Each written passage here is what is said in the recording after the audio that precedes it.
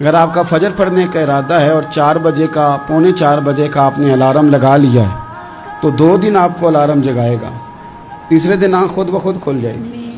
انسان کی نفسیات ہوتی ہے کہ 2 دن وہ کسی چیز بھی اپنی عادت کو سونے جاگنے میں پکا لے تو تیسرے دن وہیں اس کا وہ مزاج بن جاتا ہے۔ تو اگر نیت ہی نہیں، ارادہ ہی نہیں، پروگرام ہی نہیں تو کیسے آنکھ کھلے گی؟ بلکہ پھر تو یہ ہوتا ہے کہ کئی دفعہ آنکھ کھل بھی جاتی ہے، بندے اٹھ بھی جاتے ہیں پر اٹھتے ہی نہیں، نماز کا وضو ہی نہیں کرتے، آگے بڑھتے ہی نہیں، ہمت ہی نہیں کرتے۔ لیکن حضور کیا فرما رہے ہیں؟ کریم محبوب علیہ السلام فرمانے لگے جس کا تہجد پڑھنے کا ارادہ تھا لیکن نیند غالب آ گئی، اٹھ نہیں سکا۔ حضور فرماتے ہیں نیند تو اب اس نے پوری کر ہی لی ہے نا، پر ارادہ تھا تہجد پڑھنے کا۔ تو محبوب فرماتے ہیں نیند رب کی طرف سے صدقہ ہو گئی اور تہجد کا بھی اللہ نے ثواب عطا فرما دیا۔